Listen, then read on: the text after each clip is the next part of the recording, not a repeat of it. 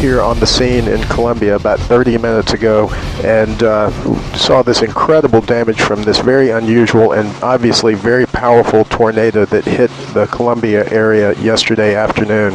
As we arrived on scene, we came to the intersection of Highway 13 and Highway 98, and this is where the tornado appears to have made first contact with the ground.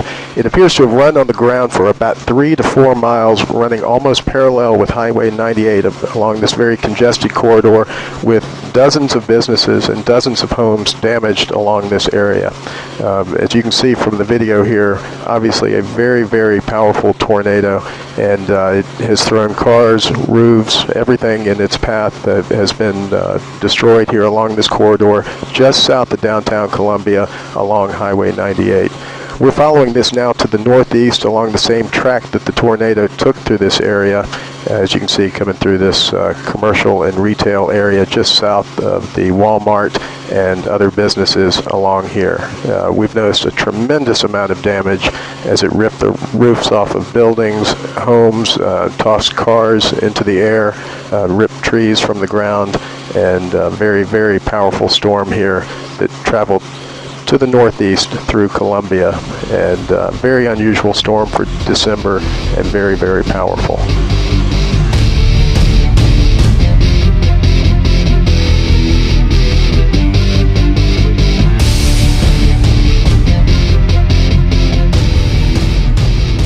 Meanwhile, in Alabama, a 3-year-old boy's dramatic escape from a fire was captured on video. Take a look at this.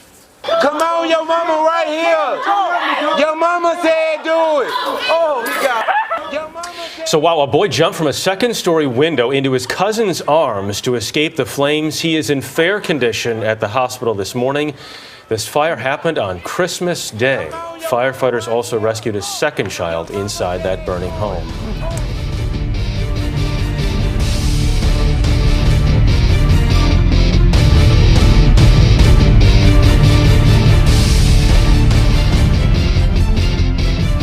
Hello everyone, I'm Aisha Sase. We have this breaking news. An Air Asia flight en route from the Indonesian city of Surabaya to Singapore is missing. An Indonesian transport official tells CNN flight 8501 lost contact with air traffic controllers early Sunday morning. The pilot reportedly requested an unusual route before the plane lost contact. The airline says a crisis center has been set up and search and rescue operations are underway. Now, there are reports as many as 162 people we're hearing are on board the Airbus 320. The aircraft is like the one you see here on your screens. Indonesian TV reports most are Indonesian, with 3 Koreans, 1 passenger from Singapore, 1 from the UK, and 1 from Malaysia also on board. Now, AirAsia Indonesia issued a statement which reads, "At the present time, we unfortunately have no further information regarding the status of the passengers and crew members on board, but we will keep all parties informed as more information becomes available." We bring in ABC News aviation consultant Colonel Stephen Ganyard in Washington this morning. And Steve, we've heard a lot about what they've found so far, notably a shadow in the depths of that ocean that looks as if the plane is largely intact. What does that tell you about what may have happened at 32,000 feet? Well, it's intriguing, Amy. Think of this now as a crime scene investigation. Every little piece of debris, where it is, the condition it's in, is going to tell the investigators, or at least give them clues to actually what happened. As David was talking about, the debris field and what it looks like is going to be very important. If there is, in fact, a shadow that looks like an airplane under the water, it would suggest that the airplane came down fairly slowly. Maybe it was in a stall, mushing to the ground at maybe 100, 150 miles an hour. It did not hit at a very high rate of speed, which would have dispersed lots of debris all over, and we wouldn't see that shadow. So they'll look at the big pieces. What will they see? Is there a fuselage there? Are both wings attached? If both wings are attached, it tells you something different if just one wing is there. So there are lots of things, lots of clues that we're going to have here, and ultimately we need to get to those black boxes, which will reveal all the details we need. And Steve, if indeed it was a stall and a slow descent, would there have been a possibility of survivors as it hit the ocean like we saw in the Miracle on the Hudson? No, it's not that slow. It's not a controlled ditching where the pilot would have had time to slowly fly the airplane into the ocean. This would have been a violent, unsurvivable event. And up until this year, we're always told that the most dangerous time of being in a plane is at takeoff and at landing, and that when you're in midair, that's typically the safest time. But these incidents this year have certainly given all of us major pause about that advice. You're exactly right. And we don't have answers now, but we will have those answers very soon. Remember, Amy, the key here is in a safety investigation, find out what went wrong and make sure that it never happens again.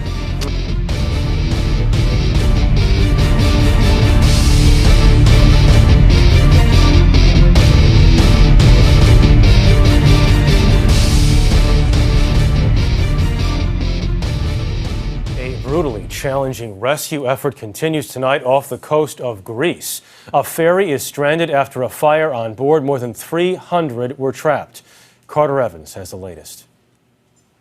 As smoke poured from the burning ship, desperate passengers made frantic phone calls for help. It's chaos, said one passenger. No one is taking us off. Bring someone for help. 60-mile-per-hour winds and pounding waves have slowed rescue efforts. Greek military helicopters began plucking passengers a few at a time from the ship's bridge just after nightfall. More than 14 hours after the fire began, 300 passengers remain huddled on deck in nearly freezing temperatures, waiting to be rescued. Italian media report some children appear to be suffering from hypothermia. The fire is now partly under control. The ferry was headed across the Adriatic Sea from Greece to Italy. It's unclear how the fire started, but some who escaped say the intense heat below deck melted their shoes as they scrambled for safety. The Greek Coast Guard says it will be a very difficult night trying to rescue the remaining passengers. They'll be battling rain, strong winds, and growing despair.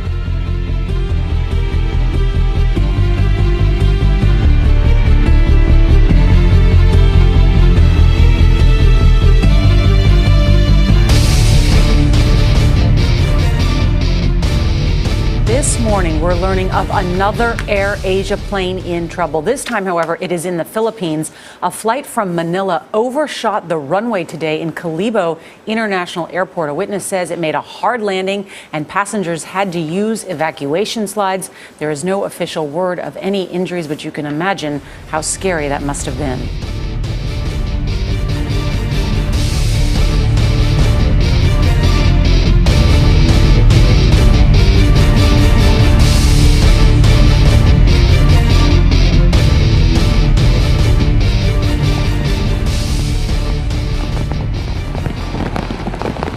Dozens have been killed in heavy rains and flash floods across parts of the Philippines, Malaysia and southern Thailand. Officials say Tropical Storm Jiangmi has left at least 31 dead in the Philippines. 7 people are reportedly missing. Winds of up to 65 kilometers per hour have ravaged the region. Officials in the Philippines say areas affected by the heavy rains include those still recovering from last year's Typhoon Haiyan. Flooding has wiped out roads and bridges and forced thousands to flee to evacuation centres. Malaysia is suffering its worst flooding in a decade, forcing almost 250,000 people from their homes, officials report. More than 20 people in the northeast have died. In neighbouring southern Thailand, the death toll is believed to be at least 15.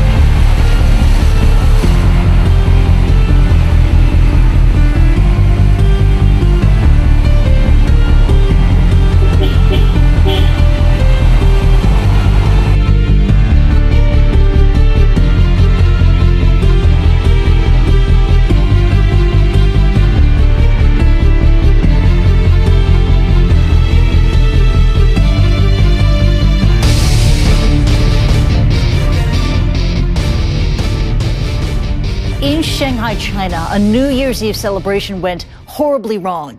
36 people were killed in a deadly stampede.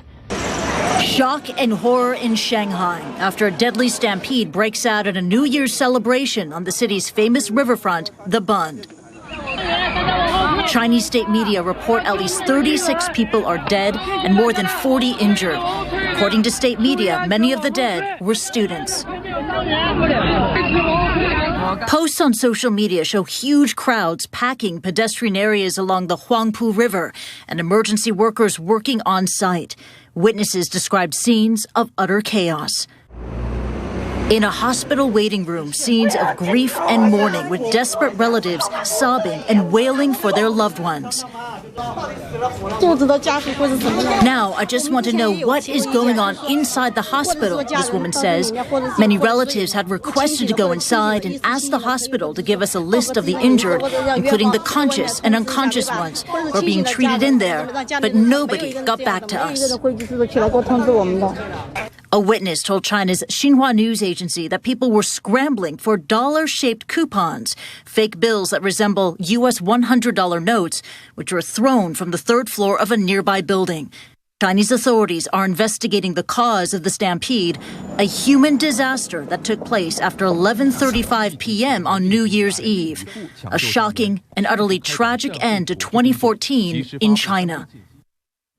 Now, people returned to the Bund today to lay flowers and pay their respects. Again, 36 people dead in Shanghai at a New Year's celebration that turned into tragedy.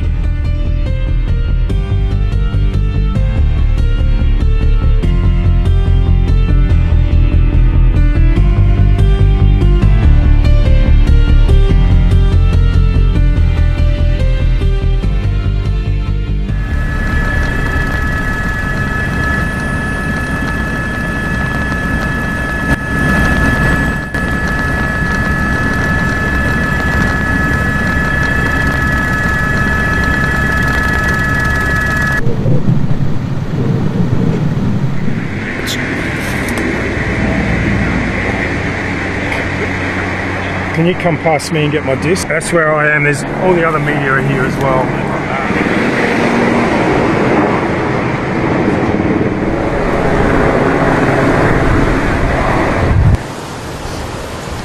I thought I'd come and get a high spot.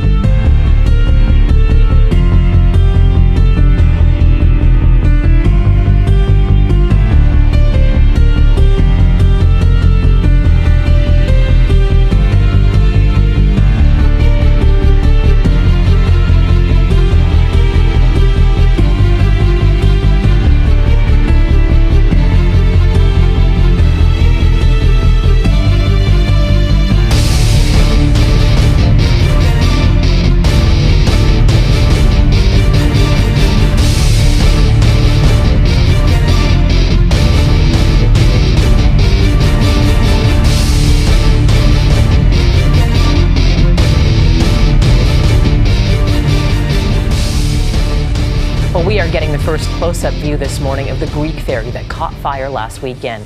It's now arriving at the Italian port of Brindisi. Authorities suspect there may be more bodies on board that haven't been found yet. More than 400 people were rescued from the burning ship. At least 11 died. 2 Albanian sailors were also killed trying to salvage the vessel.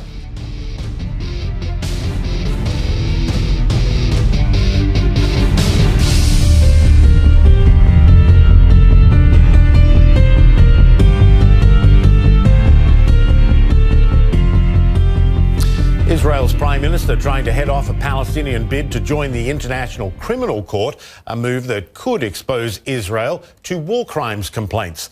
Benjamin Netanyahu chaired a meeting at the Israeli Defense Ministry today to discuss a response to the move.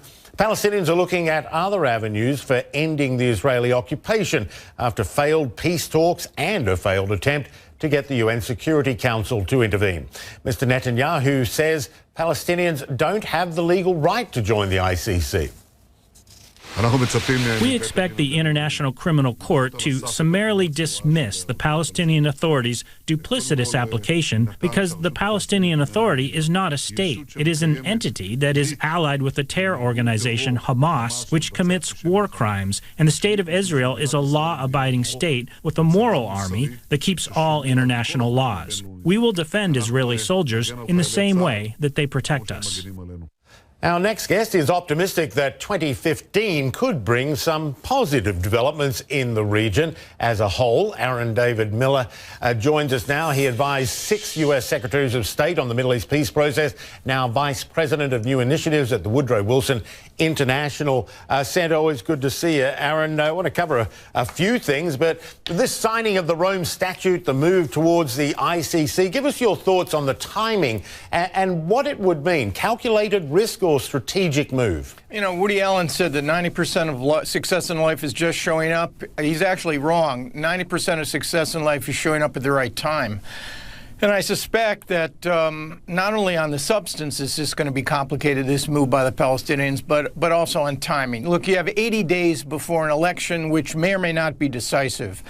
But I think as frustrated and as desperate as the Palestinians may be, there really was no, I think, compelling case to basically create a campaign ad for the re-election of the current Israeli prime minister. If that's their objective and their goal, I think they have furthered that that campaign in going down this road to the ICC. So I know they've been told to wait. There's an enormous amount of impatience. Mahmoud Abbas is a good man. He doesn't want to go back to the armed struggle. He'd argue that negotiations right now are probably pointless. I think that's true.